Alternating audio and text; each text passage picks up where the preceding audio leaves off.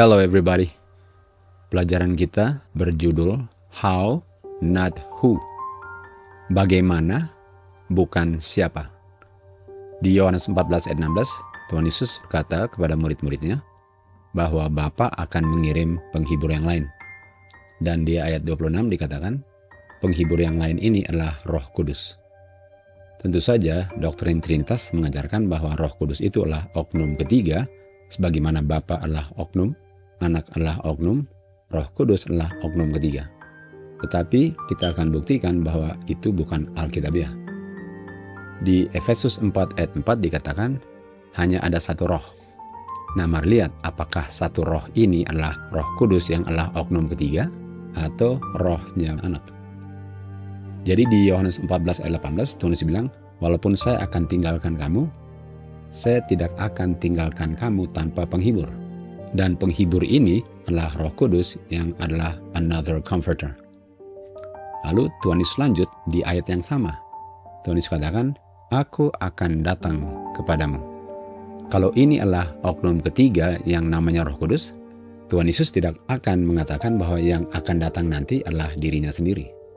Tuhan Yesus akan katakan, seandainya Roh Kudus adalah oknum ketiga, Dia nanti akan datang kepadamu. Tetapi yang akan datang nanti adalah aku.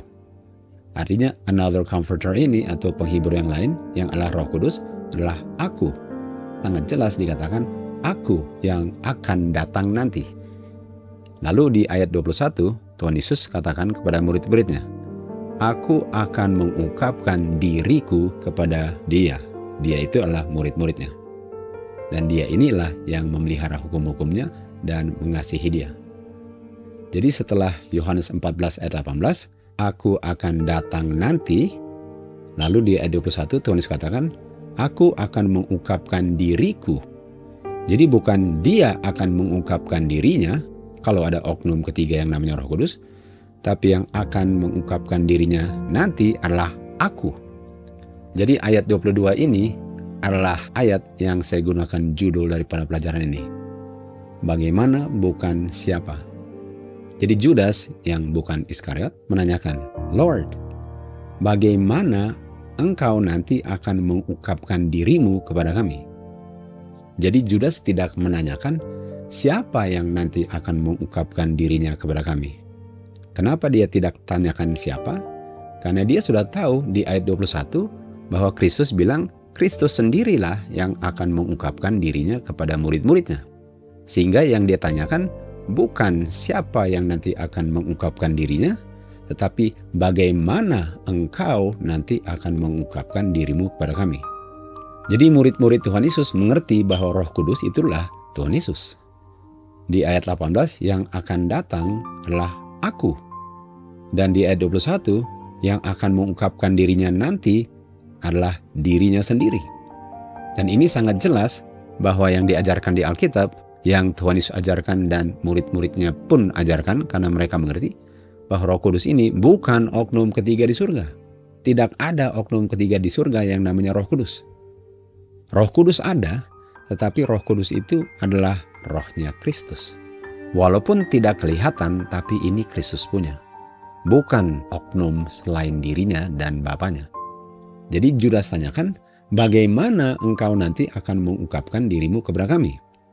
Jadi Judas tidak mengerti bagaimana Kristus akan mengungkapkan dirinya kepada mereka nanti. Bukan siapa yang akan mengungkapkan dirinya kepada mereka murid-murid. Di Southwestern September 13 kita baca bahwa Kristus akan mengungkapkan dirinya kepada murid-murid, namun tidak kelihatan bagi dunia, adalah misteri bagi murid-murid. Murid-murid tidak bisa mengerti bahwa perkataan-perkataan Kristus diartikan dengan pengertian spiritual. Pengertian murid-murid ialah outward visible manifestation. Artinya pengertian murid-murid ialah bagaimana Tuhan Yesus nanti akan muncul kembali dalam tubuh kemanusiaannya, lalu dunia nggak bisa melihat, sementara kita bisa melihat. Tentu saja itu adalah misteri. Tetapi pengertian mereka salah kalau Kristus nanti akan datang dalam tubuh yang kelihatan.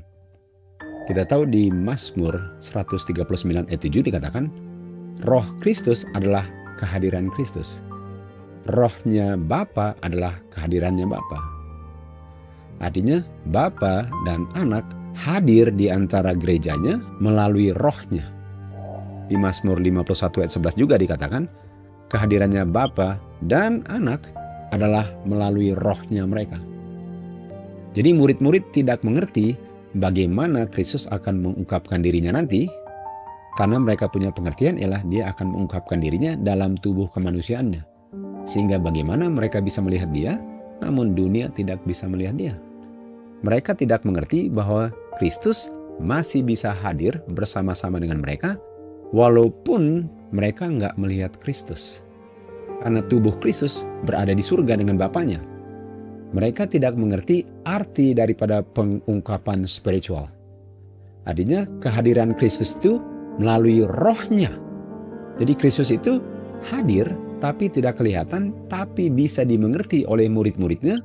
Karena murid-muridnya mengenal Kristus waktu di bumi. Sehingga waktu Kristus datang dalam bentuk roh, mereka pun masih mengenal walaupun oknumnya tidak kelihatan. Dan dunia, karena menolak Kristus waktu dia di bumi, tentu saja mereka tidak akan discern atau mengerti atau menerima kehadirannya melalui rohnya. Jadi kehadiran Kristus di antara murid-muridnya setelah dia pergi ke Bapanya ialah dalam bentuk roh, dan roh itu adalah dirinya. Kita tahu Tuhan Yesus di Yohanes 1 ayat 14 adalah firman yang menjadi daging atau menjadi manusia. Dan manusia itu tubuhnya kelihatan, bisa kelihatan wujudnya, bentuknya semua kelihatan. Dan Tuhan Yesus menjadi manusia sehingga dia bisa kelihatan. Waktu dia dengan murid-muridnya, Tuhan Yesus kelihatan. Dan pengertian murid-muridnya ialah waktu dia datang nanti, dia akan mengungkapkan dirinya dalam bentuk yang sama. Sementara mereka tidak mengerti bahwa dia akan datang dalam bentuk roh tanpa tubuh kemanusiaannya. Karena di 1 Korintus 15 ayat 45 dikatakan, Adam terakhir, dan kita tahu Adam terakhir adalah Tuhan Yesus. Dia adalah a quickening spirit. Dia adalah roh yang memberikan kehidupan. Jadi yang datang nanti adalah Kristus. Jadi bagi murid-murid yang akan datang dan tetap hadir dengan murid-muridnya adalah rohnya Kristus. Sementara tubuh kemanusiaannya sudah tidak berada dengan mereka lagi karena sudah berada dengan Bapa di surga. Jadi yang akan datang nanti adalah rohnya Kristus, bukan oknum ketiga yang namanya Roh Kudus sesuai dengan ajaran doktrin Trinitas. Di ajaran doktrin Trinitas, ajarannya ialah ada satu God, dan satu God ini adalah God the Father, God the Son, dengan God the Holy Spirit. Sehingga pengertian mereka mengenai ayat ini ialah yang dikirim adalah God the Spirit. Nggak ada hubungannya dengan Tuhan Yesus. Sementara ayat-ayat ini mengungkapkan bahwa aku yang akan datang. Aku yang akan mengungkapkan diriku kepada murid-muridku. Dan aku ini adalah dalam bentuk roh, bukan dalam bentuk tubuh kemanusiaannya. Kita baca di kutipan 14 manuscript releases. Karena Tuhan Yesus dibatasi dengan kemanusiaannya, Kristus tidak bisa berada di setiap tempat secara tubuhnya, tubuh kemanusiaannya. Oleh sebab itu, untuk kebaikan murid-muridnya, dia tinggalkan mereka dan pergi ke Bapanya dan mengirim Roh Kudus sebagai penerusnya di bumi. Lalu kutipan lanjut, Roh Kudus adalah dirinya sendiri terpisah dari oknum kemanusiaannya dan tidak terikat dari oknum kemanusiaannya.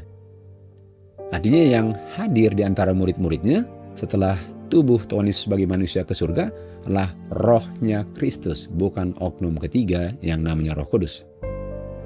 Kristus mewakili dirinya sebagai yang hadir di setiap tempat melalui rohnya sendiri. Itu Kristus punya roh, Kristus punya kuasa, Kristus punya kehidupan, bukan oknum ketiga yang namanya Roh Kudus sesuai dengan yang diajarkan di doktrin Trinitas.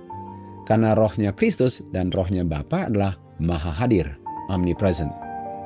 Jadi siapa yang dikirim di Yohanes 14 ayat 16 yaitu another comforter yang adalah Roh Kudus di ayat 26? Jawabannya Kristus. Di ayat 18, aku yang akan datang nanti. Dan aku inilah yang akan mengungkapkan diriku kepada murid-muridnya dalam bentuk roh, bukan dalam tubuh kemanusiaannya. Secara person, Tuhan Yesus berada dengan Bapanya di surga. Tetapi rohnya Kristus hadir di antara murid-muridnya. Tuhan Yesus bilang di Matius 28 ayat 20, Aku akan bersamamu selalu sampai the end of the world. Dia nggak bilang, dia Roh Kudus yang oknum ketiga akan bersamamu selalu sampai the end of the world. Bukan. Yang dia katakan adalah, aku akan tetap bersamamu selalu melalui rohku, walaupun tidak kelihatan. Tapi kamu kenal, karena kamu kenal aku waktu kamu bersama-sama dengan aku di bumi ini, dalam tubuh kemanusiaan. Jadi another comforter yang dikirim adalah dirinya sendiri, tanpa tubuh kemanusiaannya. To God be the glory.